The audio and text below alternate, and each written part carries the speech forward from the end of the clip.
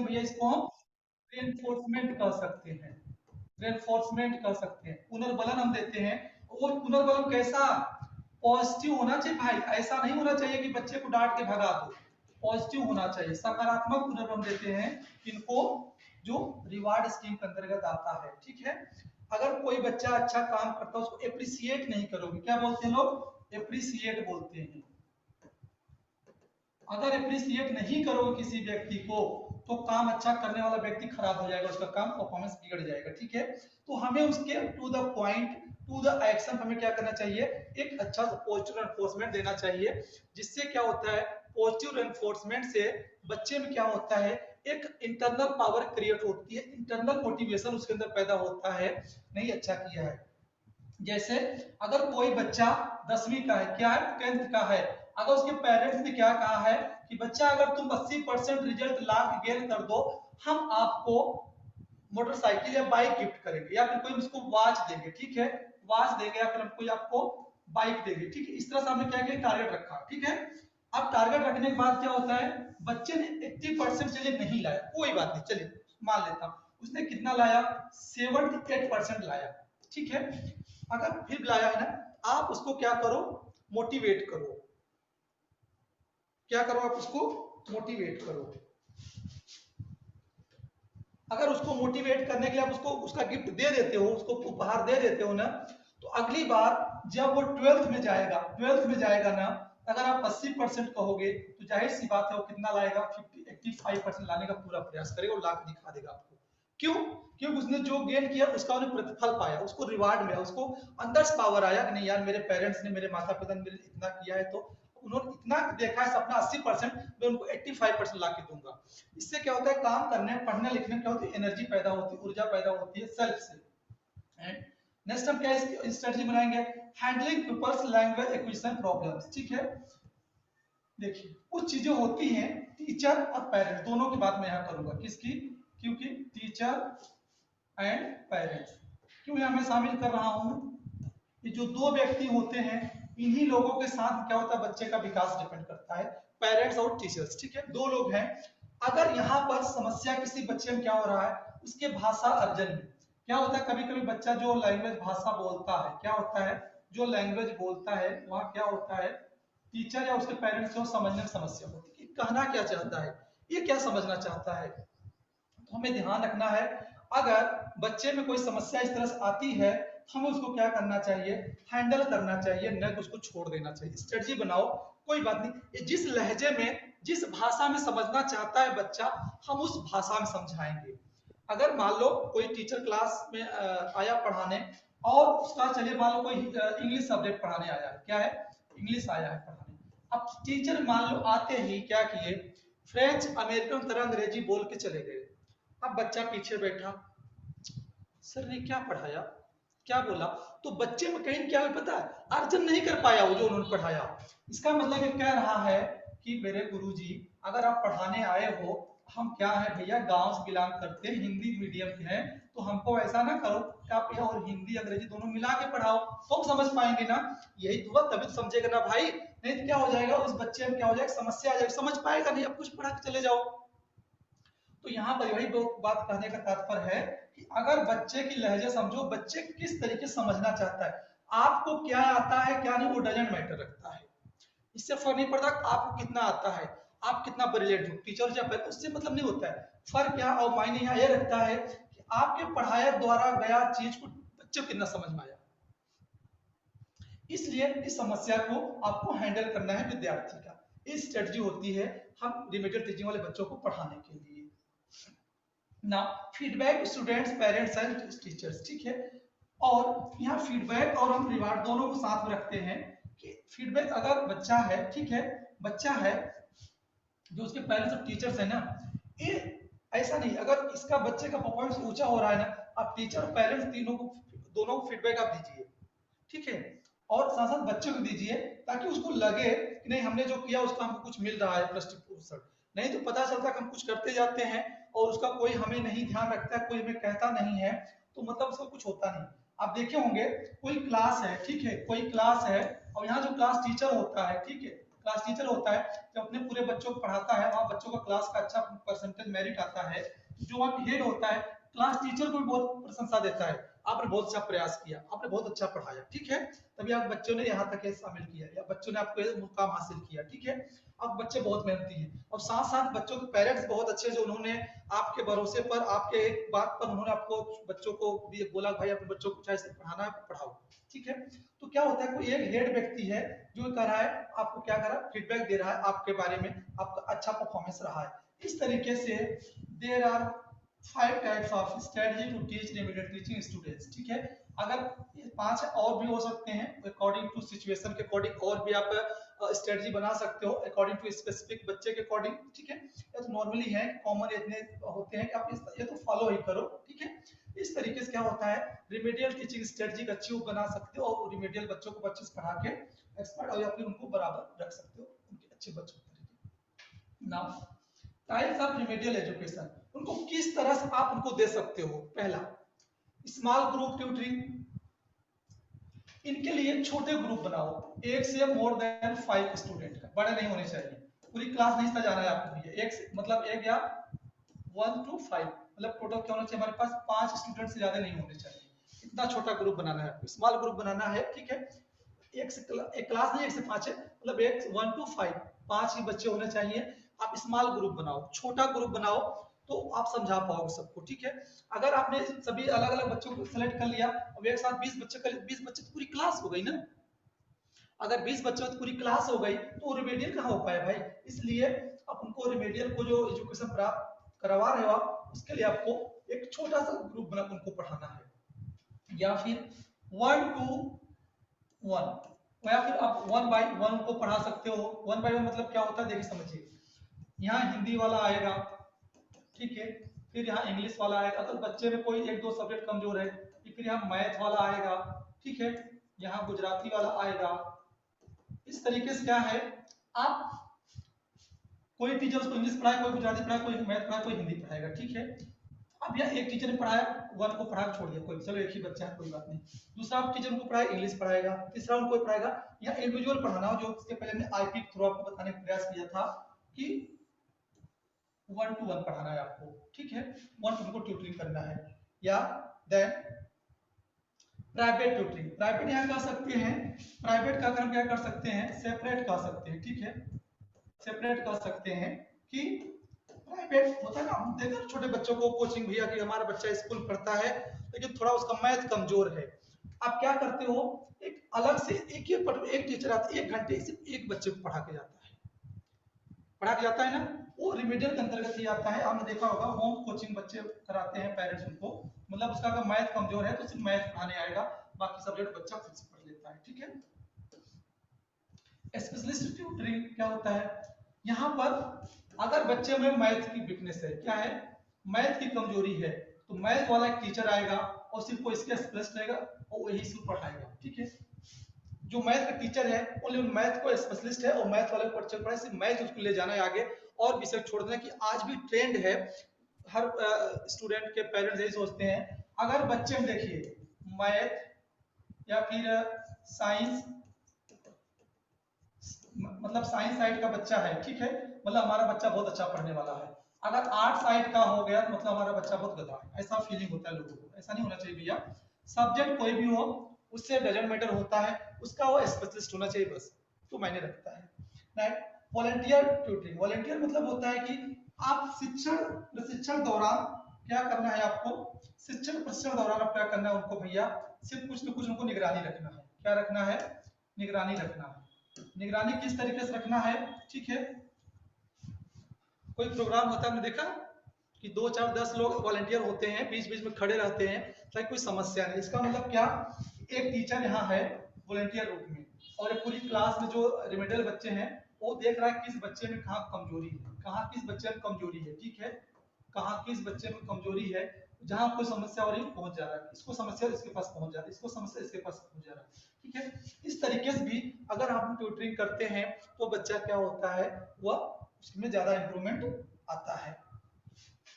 इसके पहले मैंने आपको बताया पीयर ट्यूटरिंग वाला, जो ग्रुप वाला बना कर उनको सहयोग देना होता है, ठीक। एंड कंप्यूटर असिस्टेड इंटरवेंशन, जिसको हम बोलते हैं काई, ठीक है, इसको हम क्या बोलते हैं, काई, ठीक है। इकाई का कभी कभी फुल फॉर्म पूछता है भैया, इसको ध्यान रख के लिख लीजिएगा, कंप्यूटर असिस्टेड इंटरवेंशन जो होता है, ठीक है, काई। कभी कभी एग्जाम पूछ चुका है, डी के प्लस में एक बार क्वेश्चन आ चुका है, सीएआई का फुल फॉर्म बताओ, ठीक है, क्योंकि ये स्पेशल बच्चों के लिए यूज किया जाता है, ठीक है। इसका तात्पर्य वो होता है, अगर मान लो आप पास क्या है, बीआई बच्चा है, या फिर आप पास मान लो एचआई बच्चा है, या फिर आप पास बच्चा मान लो लो विजन है, ठीक है, तो यहाँ पर आपको ध्यान रखना चाहिए कि अगर जो एंजल यूज करते हैं, कौन एंजल, एक प्रकार का इक्विपमेंट है बीआई बच्चों के लिए, उसमें रिकॉर्डेड मैटर शामिल होते हैं, और बच्चे जैसे आप लोग मोबाइल नहीं, जैसे मोबाइल है आप यहाँ से लगा देते हो, गाना सुनते हो, इसे देखते हो, तो सुनते नहीं, वो ऐसे लगाएंगे और पूरा उनको, जैसे मान लो पांचवी क्लास का हिंदी का, हिंदी में 5वां लेसन है, आज जब क्लिक करेंगे ना, उसकी पूरी स्टोरी बढ़िया से उसमें रिकॉर्डेड रहती है। एंजल एक प्रकार का छोटा सा टेप रिकॉर्डर जैसा होता है, ठीक है। ये क्या होता है, कंप्यूटराइज होता है, मेमोरी लेके कंप्यूटर में, जैसे पहले जमाने में लोग गाना भरवाने जाते थे, मूवी भरवाने मेमोरी में जाते थे, उसने मेमोरी में लोड करवा लिया। अब यहाँ क्या किया, बच्चा पढ़ रहा है, ठीक। अब एचआई वाले बच्चे के पास है, वो क्या किया गया, आराम से वहां पर, और अपने मेमोरी में उसने क्या किया, पूरे वीडियो डलवा दिए साइन वाले, ठीक है। लो विजन वाला है, लो विजन वाला जो रहेगा वो एंजल नहीं यूज करता, वो कंप्यूटर यूज करता है, जिसका स्क्रीन क्या होता है, पूरा भर भर की स्क्रीन आता है कंप्यूटर का, डेस्कटॉप जो होता है, और जहां पर वो माउस का ऐसे, माउस अगर ऐसे है, ठीक है, अगर जहां पर यहाँ पर लिखा है फाइल वाला फोल्डर है, ठीक है, इस पर जब क्लिक करेगा ना, तो फाइल छोटा है ना, इतने में हो जाएगा, इतना बड़ा दिखने लगेगा फाइल, वहां से माउस का पॉइंटर हटेगा, अगर मान लो कहीं व्यू में गया, ठीक है, व्यू पे गया, व्यू क्या हो जाएगा, बड़ा दिखने लगेगा। ये सब क्या होते हैं, कंप्यूटर असिस्टेंट इंटरवेंशन में आते हैं, जो कि डिसेबल बच्चों को पढ़ाने के लिए यूज किया जाता है, दिव्यांग भाई बंधु को पढ़ाने के लिए यूज किया जाता है, इस तरह से होता है।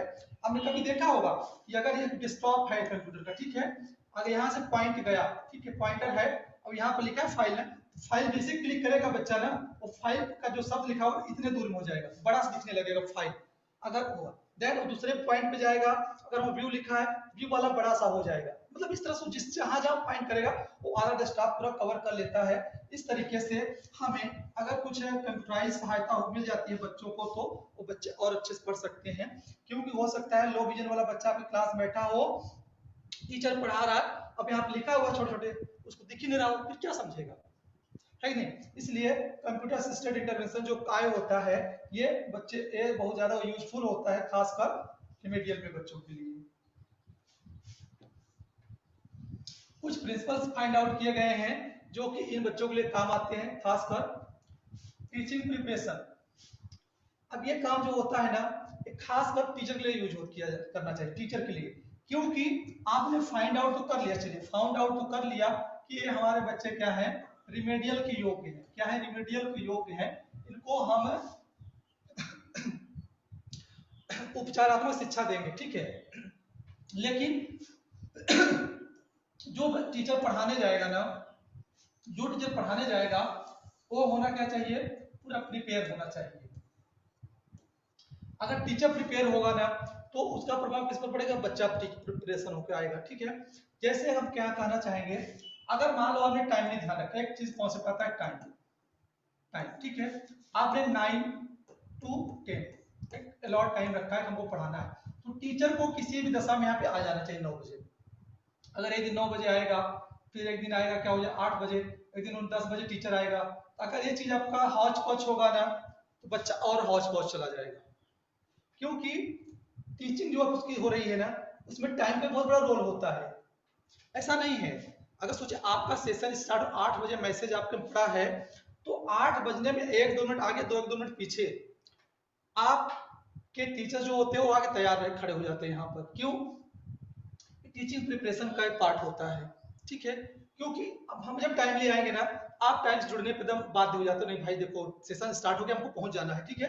लेकिन अगर हम आगे पीछे लेट आएंगे ना, आप पता क्या सोचोगे, चलो सर भी ऐसे कभी कभार हो जाता है, कोई बात, चलो आज सर 9 बजे, कोई कल हम 10 बजे जुड़ेंगे, ठीक है। ऐसा ऐसा नहीं सोचना चाहिए हमको। टीचिंग प्रिपेयर में अगर इस तरह से करेंगे, ये प्रभाव पता है हमारे बच्चों के लिए भी आएगा, बच्चे भी रेडी रहेंगे, नहीं भाई टीचर टाइम से आता नहीं चलोगे तो टीचर को पढ़ाएगा नहीं, ठीक है। ये सारी बातें लागू होती हैं टीचिंग प्रिपरेशन में। आप चाहे कंटेंट तैयार करके जाओ बच्चों को पढ़ाने के लिए, या फिर आप उसको कोई काम दिए हो, उसका काम देखते जाओ, ऐसा नहीं कि उसको इग्नोर करोगे, बच्चा ज्यादा इग्नोर हो जाएगा। And device visual learning activities, ठीक है। और उसको कोशिश करो जो इसको पढ़ाओ, जो उसमें यूज करो सामग्री, वो क्या हो, वो ध्यान रखो एक्टिविटी बेस हो। क्योंकि एक्टिविटी जो बेस होता है ना, वो बच्चा बहुत जल्दी सीखने का प्रयास करता है। अगर एक्टिविटी बेस है तो बच्चा सीखने का प्रयास करता है। तो हमें ध्यान रखना चाहिए कि जो भी हम वहां पर यूज करें वो क्या होना चाहिए,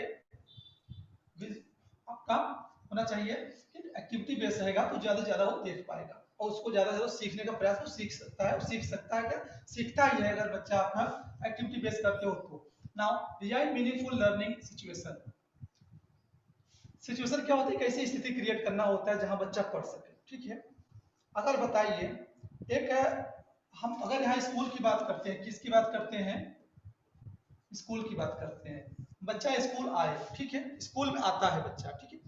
अब उसका कोई एक दिन में कोई उसका एक भी पीरियड नहीं चलता है, एक भी टीचर पढ़ाने नहीं आता है, लेकिन फिर भी क्या होता है वह अगर अधिगम में एक वातावरण में अगर आ गया है, ठीक है, तो जाहिर सी बात उस दिन कुछ कुछ सीख के जाएगा। जरूरी नहीं वो कॉलेज से सीखे, उसका नॉलेज कॉलेज की कोई एक्टिविटी सीख के जाए तो वो सीख सकता है। और दूसरी बात क्या है यहाँ पर, उस बच्चे को अधिगम करने का सिचुएशन क्रिएट करो, ठीक है। सिचुएशन आप किस तरह से क्रिएट कर सकते हो, चलिए एक सर्कल बना देते हैं, ठीक है, सर्कल बना देते हैं। यहाँ क्या होता है, मॉर्निंग होता है, यहाँ क्या है भैया, मॉर्निंग होता है। अब अगर बच्चे की मेमोरी क्या है, थोड़ी वीक है, क्या है भैया, थोड़ी वीक है, मेमोरी उसकी थोड़ी वीक है। आप क्या करोगे, कोई बात नहीं, चलो मेमोरी वीक है ना, हम तेज करेंगे वो, चलो मॉर्निंग हुआ, सॉरी मॉर्निंग हुआ यहाँ पर, ठीक है।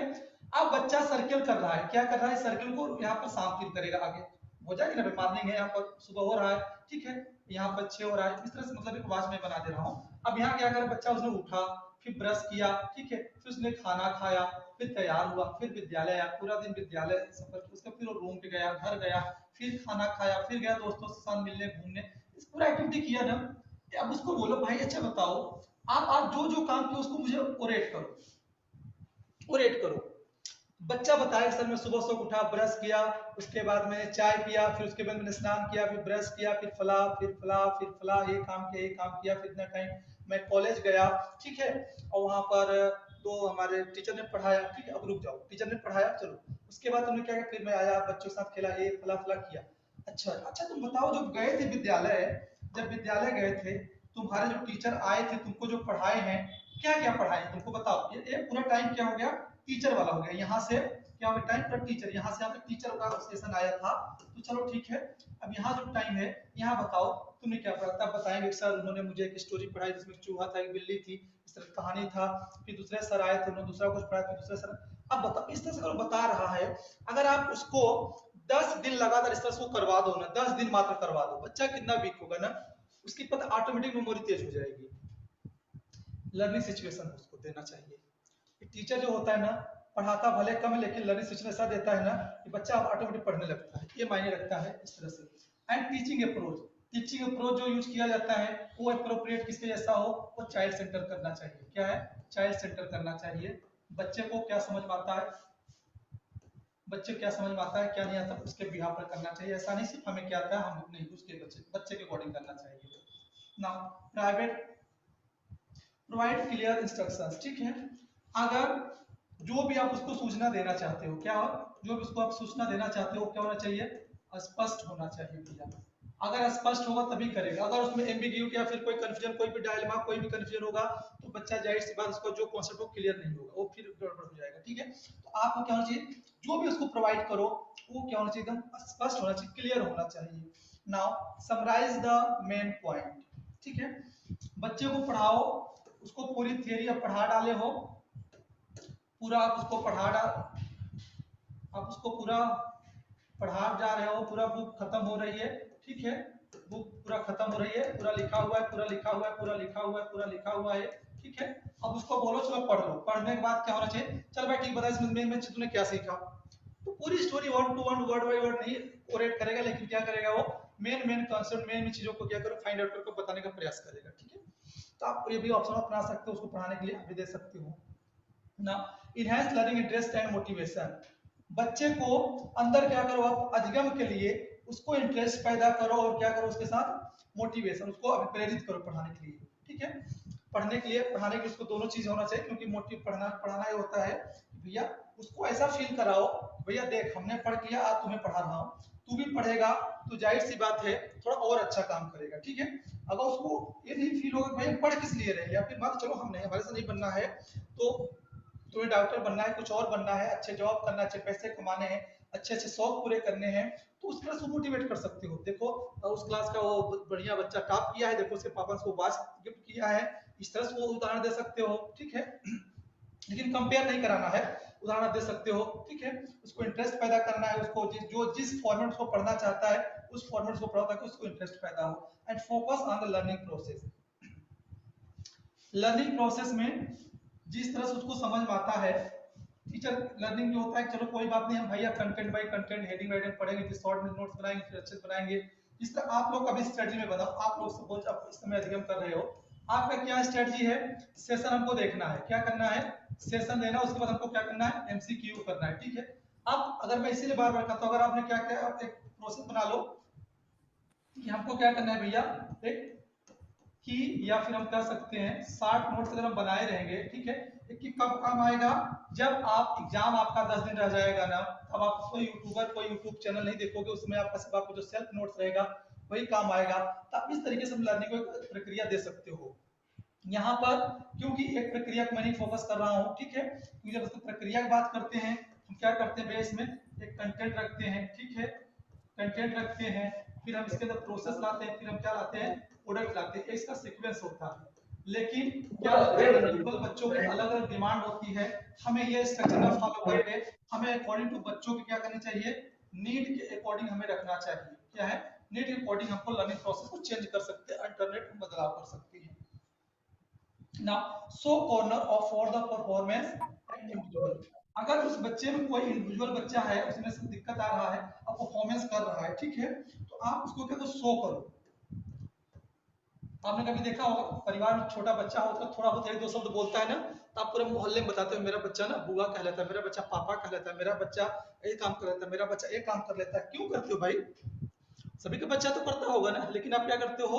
उसको शो करते हो ताकि सब जाने नहीं हमारा बच्चा बोलता है, तो बच्चे के अंदर उसे और बोलने का प्रयास करेगा वो। इसीलिए जब उसका मतलब कोई वो परफॉर्मेंस अच्छा करता है व्यक्तिगत में, उसको आप शो करोगे ना, उसमें आएगा चलो कम से कम सर ने हमारी तारीफ की, हमारी बड़ाई किया है, हमें इस तरह से करेंगे तो और अच्छा हमको लगेगा, ठीक है। इस तरीके से तो कुछ फाइंड आउट प्रिंसिपल्स थे जो कि आपको रिमेडियल टीचिंग के लिए बहुत सारे अध्ययन करने कराने के लिए, उनको पढ़ाने के लिए बहुत ज्यादा हेल्पफुल होता है। इस तरह से हम कर सकते हैं। नाउ अब उनको जो बच्चे रिमेडियल आते हैं, ठीक है, आरएम आते हैं, अब इनके लिए करिकुलम हम अडॉप्ट कैसे करेंगे? उनके लिए क्या होता है? करिकुलम हमारे लिए एडॉप्टेशन होना चाहिए, क्योंकि ये बच्चे को आप जैसे नॉर्मल बच्चों को पढ़ाते हो उस तरह से पढ़ाओगे नहीं, इनके लिए क्या करते हैं? करिकुलम को अडॉप्ट करते हैं। देखिए अगर वैसे जो हमारा सीए होता है, करिकुलम अडॉप्शन जो होता है बेसिकली 9 प्रकार का होता है। अब स्ट्रक्चर को मैं भूल जाओ, ठीक है, स्ट्रक्चर क्या भूल जाओ। आपको मैंने बताया रिमेडियल जो होते हैं, रिमेडियल सॉरी टीचिंग मैंने लिख दिया था, वहां पर टीचिंग रहेगा, टीचिंग, ठीक है, मेथड में लिख दिया था। चलिए रिमेडियल टीचिंग में आपको ध्यान रखना पड़ेगा कि भैया यहाँ पर क्या है? इंडिविजुअल बच्चा आ रहा है, क्या इंडिविजुअल बच्चा आ रहा है, हमको उसके अकॉर्डिंग अडॉप्ट करना है, उसके अकॉर्डिंग कुछ कॉमन फैक्ट है वो हम यहाँ देखते हैं किस तरह से अडॉप्ट कर सकते हैं हम, ठीक है। देखिए एक टीचर होता पहला क्या करेंगे? Should adopt the curriculum accommodation the learning characteristic and ability to people. बच्चे में जो एबिलिटी हो, क्या हो भैया? एबिलिटी हो, उसके अकॉर्डिंग उसको ध्यान दो। मैंने क्या बताया? करिकुलम एडॉप्शन जो होता है 9 प्रकार का होता है, ठीक है, वो नॉर्मली होता है, उसको हमको नहीं लागू करना है। यहाँ रिमेडियल टीचिंग क्या होता है कि हमें बच्चे की क्या करना है भैया?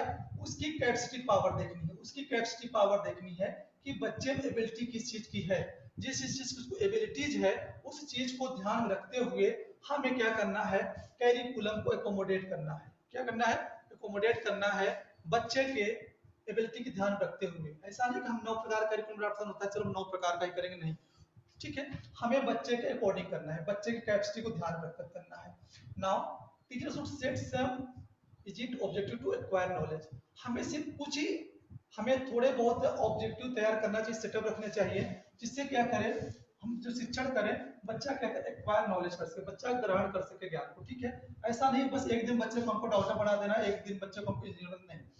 आप छोटे छोटे सेटअप तैयार करो। जैसे होता है, आप ध्यान रखो, जो प्राथमिक क्या होते हैं, प्राइमरी टीचर होते हैं, आपने ध्यान रखा होगा, उनका गोल क्या होता है, अगर उनको ए से जेड पढ़ा, इसको पता है कितने दिन पढ़ाते हैं, सिखाते हैं, कम से कम 2 साल, 1.5 साल, साल भर उनको पढ़ाना पड़ता है ए टू जेड, उनको एबीसीडी सिखाने में, ठीक है। एक बार ए से एप्पल सिखाएंगे, फिर एबीसीडी सिखाएंगे, फिर ए का 4 फॉर्म सिखाएंगे, क्योंकि छोटे छोटे गोल तैयार करते हैं, छोटे छोटे सेटअप करते हैं, ऑब्जेक्टिव उस हिसाब से करते हैं, ताकि बच्चे में सारी चीजें क्या करो, एक्वायर कर सके, ठीक है।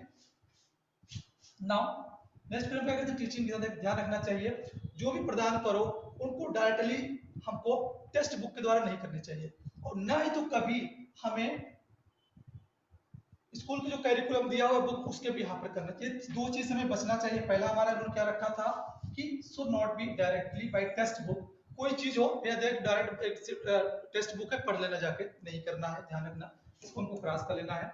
And which should not be taken as the school curriculum, आपको पढ़ाना है वही स्टोरी, ठीक है, पढ़ाना हमको सेम वही स्टोरी है, लेकिन ऐसा नहीं बोलना है कि जैसे जेड दिया है किताब उससे आपको पढ़ा चले जाए, तभी तुमको अडॉप्ट करना है भैया, इससे स्टोरी तुमको अडॉप्ट करना है। अगर हम सपोज कोई स्टोरी पढ़ा रहे हैं, उसको क्या करना, हमको अडॉप्ट करना होगा। आपको याद होगा, अभी तक आप लोगों ने मेडल नहीं पढ़ाया होगा, लेकिन आप लोगों ने एक जब लेसन लेते हो, बड़े बड़े कंटेंट होते हैं, बड़े बड़े लाइन कंटेंट होते हैं, ठीक है, 2-2, 3-3 पेज के, लेकिन आप क्या करते हो, इसको आधे पेज में खत्म कर देते हो, इतना अडॉप्ट करते हो। अब बताओ यहाँ क्या होता है, कैरिकुलम तो नहीं रह गया ना, कैरिकुलम तो 4 पेज की स्टोरी थी, आप उसको ऐसे समराइज किया थोड़ा। यहाँ पर मैं एग्जांपल देना चाहूंगा, शायद मैंने कभी कहा भी था आप लोग को, कोई व्यक्ति क्या करता है, 3 आवर की मूवी देखता है, 3 आवर की मूवी, 3 घंटे में फिल्म देखता है, और वहां के अपने मित्र को मात्र क्या करता है, 15 मिनट में उस स्टोरी को डिलीवर कर देता है, उस स्टोरी को एक्सप्लेन कर देता है। बताओ 3 घंटे को चीज को उसने क्या किया, 15 मिनट में स्टोरी डिलीवर कर दिया, और ऐसा कोई फैक्ट नहीं होगा जो छूटा होगा, वो फैक्ट को शामिल किया है, ठीक है, इसलिए फैक्ट को भी शामिल किया है, और यहाँ पर इसने क्या किया, 3 घंटे स्टोरी 15 मिनट में खत्म कर दिया है, ठीक है। यही चीज हमें करना है, हमें ऐसा नहीं करना कि स्कूल का टेक्टो लेना है या टेक्स्ट बुक का टेक्टो लेना है। आप स्टोरी वही रखो, कंटेंट वही रखो, मतलब वही रखो, मीनिंग वही होना चाहिए, लेकिन आप इस तरह से अडॉप्ट करो कैरिकुलम को कि बच्चे के लिए एप्रोप्रिएट ग्रुप हो सके। Now core learning aspects according to the teaching objective and people's abilities, ठीक है। कोर लर्निंग क्या, देखिए एक तो लर्निंग हो गया, लर्निंग सबको पता है, अधिगम, एक होता है कोर, ठीक है, इसको हम कह सकते हैं साधिगम, ठीक है, साधिगम कह सकते हैं, ठीक है। जिस तरह से आप देखेंगे, ध्यान रखिएगा, कुछ कोर पेपर होते हैं, आपको याद होगा, जैसे जैसे ध्यान रखिए, कोर क्या होता है, सब्जेक्ट होता है। आप कभी भी सीटेट का एग्जाम दिए होंगे, मैं एग्जांपल बता रहा हूं, आपने सीटेट का एग्जाम दिया होगा और आपने वहां देखा होगा, जो आपका साइकोलॉजी का पेपर होता है, साइकोलॉजी पेपर होता है, इस सबका क्या होता है भैया, कॉमन होता है, क्या होता है, कॉमन होता है, मतलब कोर होता है।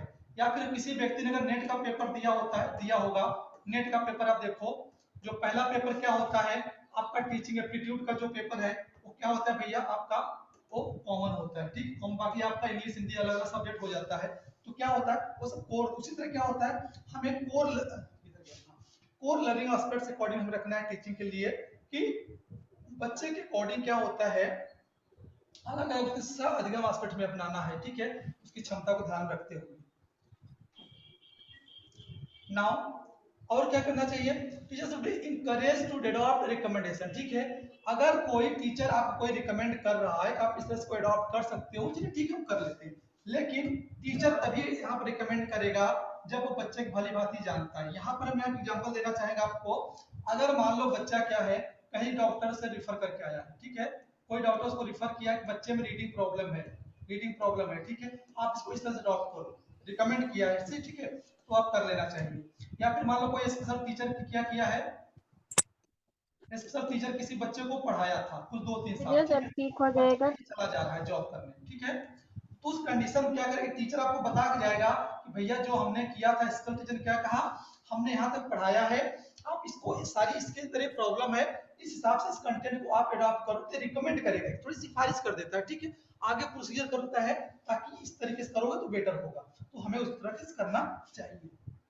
Now, teachers should be capable to design material of which could be taken from the internet, newspaper, magazine and reference provided by the education department। क्या कहता है कि अगर जिस तरीके से बच्चे को, क्योंकि एसएसएल बच्चे को पढ़ाने के लिए रिमेडियल टीचिंग हमको देना है, ठीक है, रिमेडियल देना है, तो ध्यान रखिएगा रिमेडियल के लिए जो वहां का सिस्टम होगा, जो वहां का हेड होगा, ठीक है, जो वहां का डिपार्टमेंट होगा, उसको क्या करना चाहिए, अलग अलग प्रकार के हमारे पास इंटरनेट सुविधा होनी चाहिए, हमारे पास पत्र पत्रिकाएं होनी चाहिए, हमारे पास क्या होना चाहिए, मैगजीन्स होनी चाहिए, हमारे पास अलग अलग मटेरियल डिजाइन देना चाहिए, ठीक है, अलग अलग हमारे पास रेफरेंसेस होना चाहिए, जिस तरीके से हम एम किसी भी तरीके से हम बच्चे को रिमेडियल टीचिंग देकर अच्छे से उसको योग बना सकते हैं, क्योंकि आप तभी कर पाओगे जब आपका डिपार्टमेंट या जब आपका जो मेन पावर होगा वो आपका सपोर्ट करेगा, देन आप सब कुछ कर पाएंगे, अदरवाइज आप नहीं कर पाएंगे।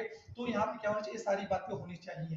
ये कुछ कैरिकुलम अडॉप्ट करने के लिए होता है, जहां पर आप एक टीचर जो होता है यही काम करता है बच्चों को पढ़ाने के लिए।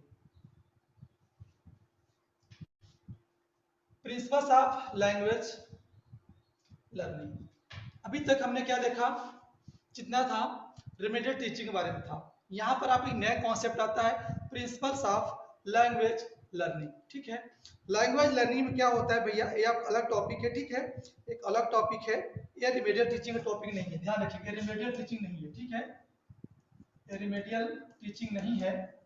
आप लोग जब इंग्लिश पेडागॉजी पढ़ोगे तो वहां पर आपको प्रिंसिपल्स ऑफ लैंग्वेज लर्निंग का एक अलग कॉन्सेप्ट मिलता है, वहां मैंने बात किया है, ठीक है। अजीत सर, बात कर रहा हूँ यहाँ पर। अजीत भाई, हाँ जी सर। कितना देर है? देर तो मेरा अभी टाइम लगेगा, लेकिन अब सर यहाँ से आएंगे कि वहीं से लेंगे? नहीं, वो वही ऑनलाइन लेंगे। चलिए ठीक है सर, तो कोई बात नहीं, यहाँ मैं रिमेडियल टीचिंग मेरा खत्म हो जाता है। केतन भाई रेडी छो? लैंग्वेज है, ठीक है, तो अगर कोई अब तक रिमेडियल टीचिंग कोई क्वेरी कोई क्वेश्चन हो तो आप पूछ सकते हैं कोई भी। नहीं सर।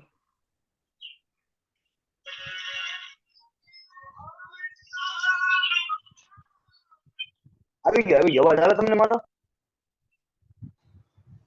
चलिए अगर कोई आपका क्वेश्चन नहीं है तो अच्छी बात है, ठीक है। नेक्स्ट सेशन में देखेंगे प्रिंसिपल्स ऑफ लैंग्वेज लर्निंग क्या होता है, ठीक है, और लैंग्वेज स्किल्स क्या होते हैं वो देखेंगे, ठीक है।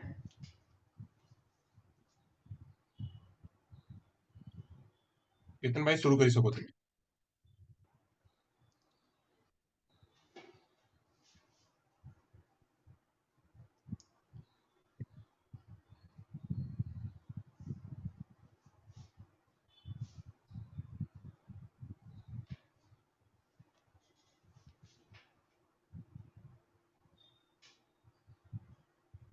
नेटवर्क તમારું વીક છે ને કેતન ભાઈ?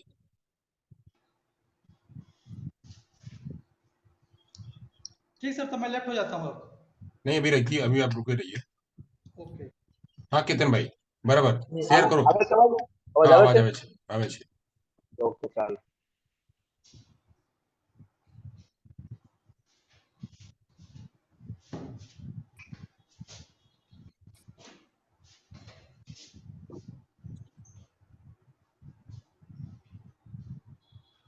કેમ છે, સ્લાઇડ દેખાય છે બધાને? हाँ દેખાય છે। हाँ सर देखाय છે। हाँ सर देखाय છે। ઓકે સરસ ક્લિયર। अजीत भाई लेफ्ट हो सकते हैं आप। કેમ છો? મજામાં સર। સારું સર। કાલે ગયા તા પરીક્ષા દેવા માટે ક્લાર્કની? હા સર, સરસ સરસ, કેવું રહ્યું? અધૂરું। અધૂરું એટલે? 40 માર્ક્સ મૂકીને આવ્યા। બરોબર બરોબર, આમ કેવું પેપર સારું હતું કે? પેપર સહેલું હતું, લેન્ધી બહુ હતું, વાંચો મીન્સ કે લાંબુ બહુ હતું, વાંચી વાંચીને ટાઈમ પાસ થતો હતો। વિધાનાત્મક પ્રશ્નો તો વધારે રહેશે, કારણ કે હા, અને પછી કરંટ અફેર માં અત્યારે વધારે હતું થોડું।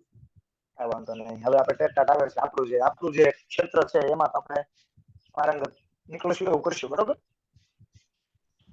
ચાલો તો કદાચ હવે તે દિવસે જે હશે શનિવારે એ લોકો બાયોલોજીમાં આપણે ખબર છે કે આપણે બાયોલોજી અંદર સેલ વિશે ભણ્યા હતા કે સેલ શું છે, બરોબર? કોષ. તો આજે થોડુંક રિવિઝન કરી લઈએ, ઉડતી નજર ફેરવી લઈએ આપણે એની ઉપર. તો કે કોષ એટલે શું થાય, કોઈ કહેશે?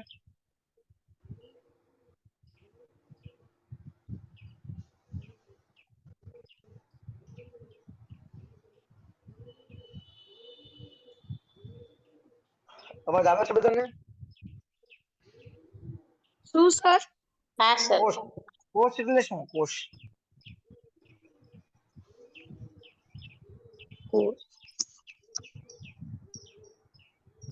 આપણે કોષ વિશે વાત કરી હતી, ખ્યાલ હોય તો સેલ.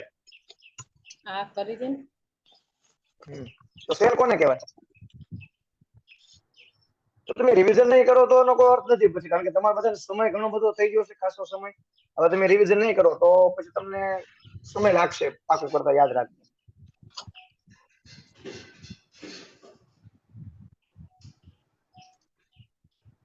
સારું, કોષ એટલે આપણે કીધું સજીવનો પાયાનો એકમ કોષ છે, બરાબર?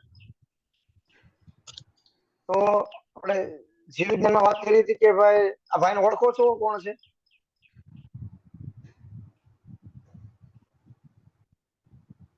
કદાચ થોડુંક ખ્યાલ આવે તો કે આ ભાઈ કોણ હતા? સર સ્ક્રીન ફર્સ્ટ સ્ક્રીન પર જ છે. હો, કોણ છે?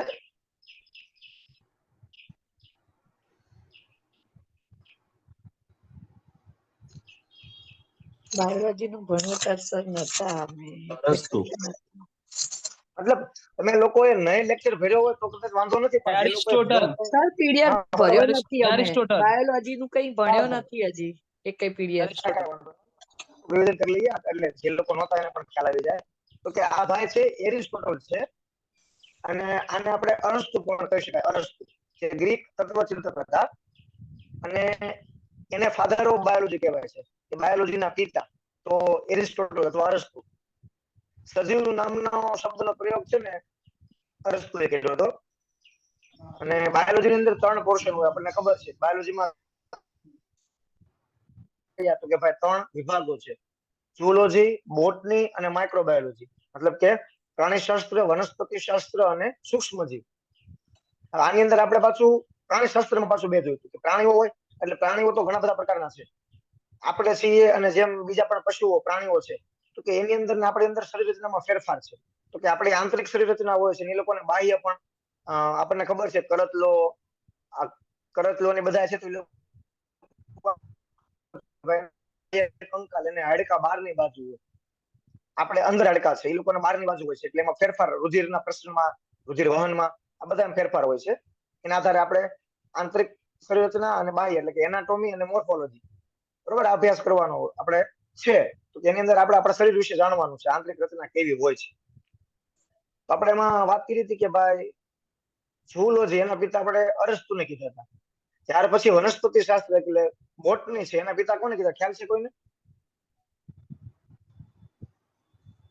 જે લોકોએ વર્ગ ભેળ્યો હોય એ લોકોએ કદાચ લખ્યું હોય તો સાથે રાખજો, કદાચ યાદ ન હોય તો. પણ આપણને ખબર છે કે વનસ્પતિ શાસ્ત્રના પિતા કોને? જગદીશચંદ્ર બોઝ તો ભારતીય વૈજ્ઞાનિક હતા કે જેને સંગીતની અસર થાય એવું એને કીધું હતું, કેસ્મોગ્રાફ, બરોબર.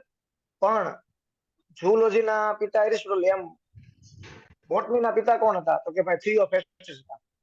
થિયોફેસ્ટસ ખ્યાલ હોય તો, બરોબર. એને આપણે બોટનીના પિતા કહીએ છીએ, ફાધર ઓફ બોટની એટલે કે વનસ્પતિ શાસ્ત્રના. અને જગદીશચંદ્ર બોઝ છે ભારતીય વૈજ્ઞાનિક હતા કે જેઓ એ સંગીતની અસર થાય છે વનસ્પતિ ઉપર, તો એને સાબિત કર્યું હતું. અને એની માટેનું સાધન પણ એને કેસ્મોગ્રાફ શોધ્યું હતું, બરોબર. હા, ત્યાર પછી सर हाँ केतन हाँ सर, हाँ आपका जो स्लाइड है ना वो पूरा हाँ रिव्यू करिए, पूरा नहीं दिख रहा है। साइड में भी नहीं स्लाइड दिख दिख रहा? रहा है और कस्टम एनिमेशन में भी ऑप्शन आया है, तो शॉर्ट में दिख रहा है थोड़ा स्लाइड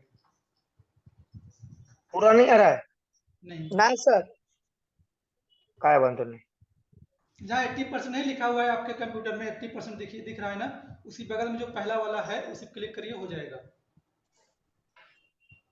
ये तो दिख नहीं रहा है, की बात नहीं, नया शेयर करता हूँ ना।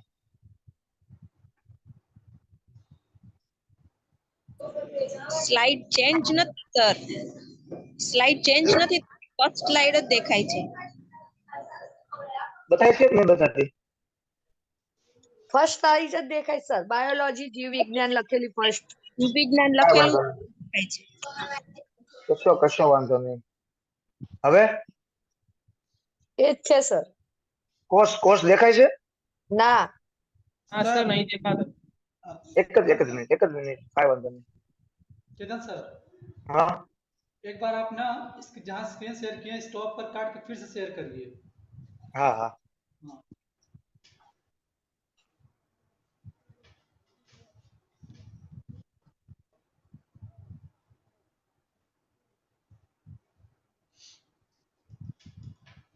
હમ.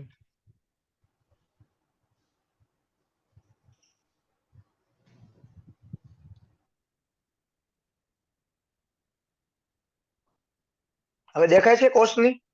हाँ हाँ हाँ। बराबर बराबर सर। हाँ देखा। બરોબર ને? હવે દેખાય છે ને? हाँ हाँ एकदम बराबर बराबर सर। ઓકે ચાલો.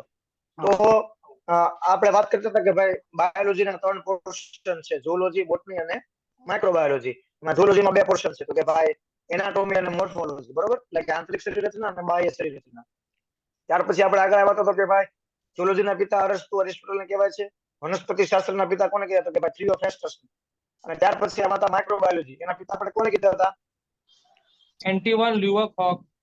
બરોબર છે, એન્ટીવન લ્યુવન હોક. તો કે ભાઈ એને ફાધર ઓફ માઇક્રોબાયોલોજી કીધા હતા, કે એને સૌથી પહેલા બેક્ટેરિયાને જીવંત જોયા હતા, કે જીવંત અવસ્થામાં બેક્ટેરિયા જોયા હોય તો એન્ટીવન લ્યુવન હોક. પણ નામકરણ છે, નામ આપનાર કોણ હતા? તો કે ભાઈ એરનબર્ગ. આ યાદ રાખશું આપણે, બરોબર? જોયા હતા એન્ટીવન લ્યુવન હોકે, પણ નામ આપનાર હતા એરનબર્ગ હતા, બરોબર? ત્યાર પછી આવ્યા હતા આપણને ખબર सर છે सुनाम કે આ सुनाम એરનબર્ગ. એરનબર્ગ એરનબર્ગ. એ તો આપણે આગળ આવવાનું છે, છતાં પણ આપણે એકવાર જોઈ લઈએ તો બેક્ટેરિયા જ્યારે ભણીશું આપણે સૂક્ષ્મ જીવો એની અંદર પણ આવશે. ત્યાર પછી આપણને ખબર છે આ સિસ્ટમ ઓફ નેચર વાત કરી હતી, કોણ લખ્યું હતું?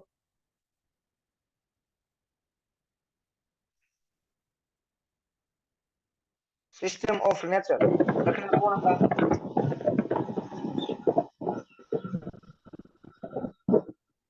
યાદ છે કોઈને?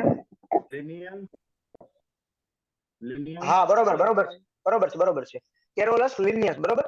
કેરોલસ લિનિયસ હતા. તો એને આ સિસ્ટમ ઓફ નેચર, તો કે આની અંદર એને શું કીધું હતું? કે એને દ્વિસૃષ્ટિ વર્ગીકરણ, કે 2 સૃષ્ટિમાં વર્ગીકરણ કર્યું હતું જે સજીવો છે એનું. તો એનું કયું કહ્યું હતું? કે પ્રાણી સૃષ્ટિ અને વનસ્પતિ સૃષ્ટિ.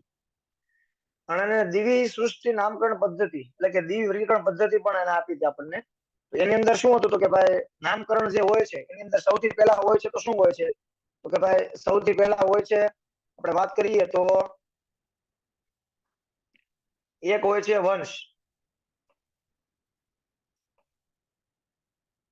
લખાતો નથી પણ વાંધો નહીં, બરોબર? એક હોય છે વંશ હોય છે. ત્યાર પછી એક હોય છે એની પ્રજાતિ. પહેલા વંશ અને પ્રજાતિ, બીજા નંબર ઉપર જાતિ હોય, અને થર્ડ નંબર ઉપર હોય છે તો કે ભાઈ જે તે વૈજ્ઞાનિક નું નામ. આપણે એક કોઈને યાદ છે માનવનું નામ શું છે? વૈજ્ઞાનિક નામ માનવનું? होमो सेपियंस। બરોબર છે, હોમો સેપિયસ. અને પાછળ લીન શબ્દ હતા. લીન એટલે કે વૈજ્ઞાનિક. એ લખવું હોય તો લખાય, ફરજિયાત છે નહીં. બાકી માનવનું વૈજ્ઞાનિક નામ વિકલ્પ જોવાનું, જો એમાં હોમો સેપિયસ લીન લખેલું હોય તો પહેલા આપણે એને ટીક કરવાનું. અને આધુનિક માનવનું નામ શું છે?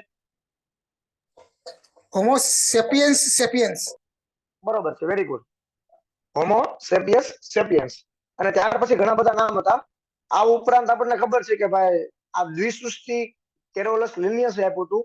એવી રીતે ત્રિસૃષ્ટિ, 4 સૃષ્ટિ અને 5 સૃષ્ટિ. તો ત્રિસૃષ્ટિ કોણે આપ્યું હતું?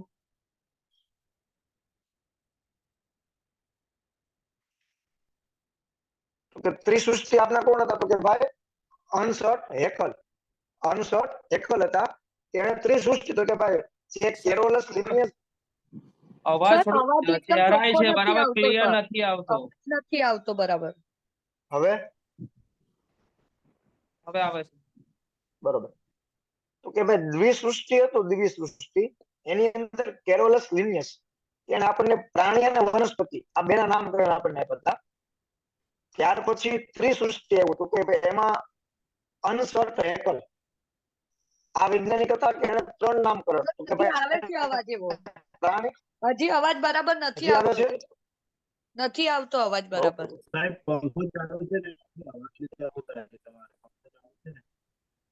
શું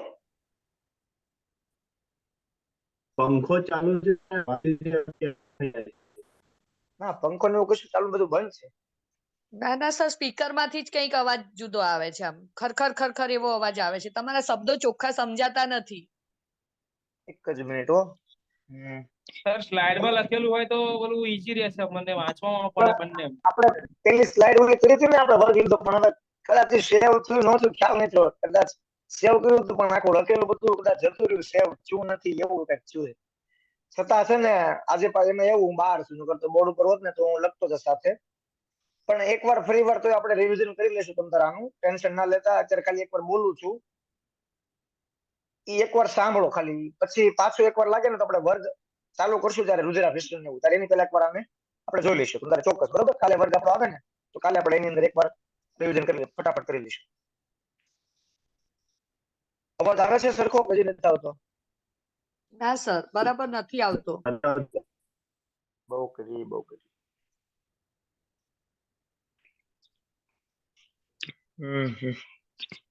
હેન્ડ ફ્રી પાછા છે નહીં આ એક છે તમને એમ નામ સંભળાશે એમ નામ હા આ સર ક્લિયર છે આ ક્લિયર છે આવું એમને મત રાખો બસ હવે આવે છે ને આવે છે હા. આવે છે ગઢવી બેન હવે બરોબર અવાજ હા સર ઓકે ચાલો તો આ ત્રિસૃષ્ટિમાં અનસઠ હેકલ એને શું કર્યું હતું કે ભાઈ વનસ્પતિ પ્રાણી અને ત્રીજું તો કે મોનેરા પ્રોટિસ્ટા એટલે કે પ્રજીવ કહી શકાય પ્રજીવ તો કે એને પણ નામકરણ આપ્યું હતું ત્યાર પછી આવ્યા હતા કોપલેન્ડ આ કોપલેન્ડે 4 સૃષ્ટિ વિવરણ આપણને આપ્યું હતું 4 સૃષ્ટિમાં શું હતું તો કે ભાઈ વનસ્પતિ પ્રાણી અને આ પ્રોટિસ્ટા તો હતું જ પણ પાછું એક નવું આપ્યું મોનેરા કે એક પ્રકારની એને લીલ કહી શકાય અને ત્યાર પછી પાંચમામાં તો કે ભાઈ એમાં પાંચમામાં હતું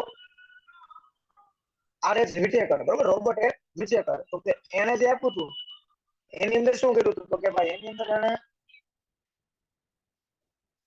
એક ઉમેર્યું હતું ફૂગ એટલે કે વનસ્પતિ પ્રાણી પ્રોટેસ્ટા મોનેરા અને ફૂગ તો કે આ 5 અલગ અલગ જે જીવો છે સજીવો છે એના નામકરણ માટે અનસઠ હેકલે આપણને એક સૃષ્ટિ વર્ગીકરણ આપણને આપ્યું હતું બરોબર ત્યાર પછી આપણે જોઈએ તો કે પછી કોષ તો કે કોષ છે એ કેટલા હોય તો કે ભાઈ 10 ની 14 ઘાત જેટલા કોષો આપણા શરીરની અંદર હોય છે એટલે કે આશરે એને 1 ટ્રિલિયન કહી શકાય અને એનું આયુષ્ય સરેરાશ કેટલું હોય તો કે ભાઈ 21 દિવસનું આયુષ્ય હોય 21 દિવસમાં મૃત્યુ પામી જાય નવા કોષોનું સર્જન થાય એટલે કે કોષ વિભાજન ડિવિઝન સતત ચાલુ હોય છે એના કારણે નવા કોષો બનતા જાય અને મૃત પામતા જાય ફરી વાર નવા બીજા બનતા જાય એ નીકળતા જાય છે આવી રીતે તો કે રોબર્ટ હુક આપણને ખબર છે આ થોડાક નામ છે વૈજ્ઞાનિક નામો એ તમે જોઈ લેજો આમાંથી કોઈ પણ આવી શકે વૈજ્ઞાનિક નામમાં કદાચ એકાદું હોઈ શકે મે બી નક્કી નહીં તો હોમો સેપિયન્સ મનુષ્યનું નામ છે આધુનિક મનુષ્યનું નામ શું કીધું તો કે હોમો સેપિયન્સ સેપિયન્સ પછી સિંહનું છે વાઘ છે મોર છે આ એક વખત વાંચી લેજો બધા નામ ઓકે આમાંથી પૂછાશે કે કેવા તો કેરીનું છે પછી ગાય છે સિંહ છે મકાઈ વટાણા છે આવા પૂછાઈ શકે તો એકવાર આ બધા જોઈ લેવા નજર ફેરવી લેવી કદાચ એ પછી એમસીક્યુ થી સહાયથી આપણને આવડી શકે બરોબર કોઈ લખતું નથી ને તો આગળ જાઓ ના સર સ્ક્રીનશોટ લઈ લીધો તો કોષ કીધું તો 10 ની 14 ઘાત એટલે કે 1 ટ્રિલિયન 21 દિવસ આયુષ્ય અને રોબર્ટ હુક નામના વૈજ્ઞાનિકે 1665 ની અંદર બૂચમાં જોયા ઓકમાં અને એને રચના દેખાણી કેવી તો કે ભાઈ સેલ્યુલા જેવી મધપુડા જેવી અને એને બિલોરી કાપની થોપી કરીને એક પ્રાકૃતિક બનાવ્યું હતું સુંદર યંત્ર અને એની અંદર એને પોતે આ સૌપ્રથમ શું જોયા હતા તો કે ભાઈ કોષ જોયા હતા અને બાજુમાં છે એન્ટીવન લ્યુવનવોક તો કે એન્ટીવન લ્યુવનવોક શું છે તો કે ભાઈ ફાધર ઓફ માઇક્રોબાયોલોજી એને બેક્ટેરિયાને જીવંત અવસ્થામાં સૌપ્રથમ જોયા હવે જીવંત કોષોનું નિરીક્ષણ એન્ટીવન લ્યુવનવોક બરોબર, જીવંત કોષનું નિરીક્ષણ. સાયટોલોજી કોને કહેવાય?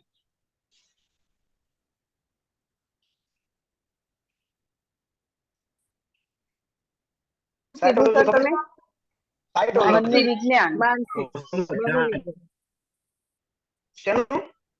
મનનું વિજ્ઞાન કોષનું વિજ્ઞાન, બરોબર. સાયટોલોજી એટલે કે કોષનું વિજ્ઞાન છે. ત્યાર પછી છે તો કે ભાઈ કોષવાદ. કોણે આપ્યો તો કોષવાદ? વિલિયમ કોષવાદ કોણ? જે લોકો વર્ગ ભર્યો છે ને ખ્યાલ હશે કે ભાઈ કોષવાદ આપ્યું હતું સ્લાઇડન એન્ડ સોન, બરોબર ને?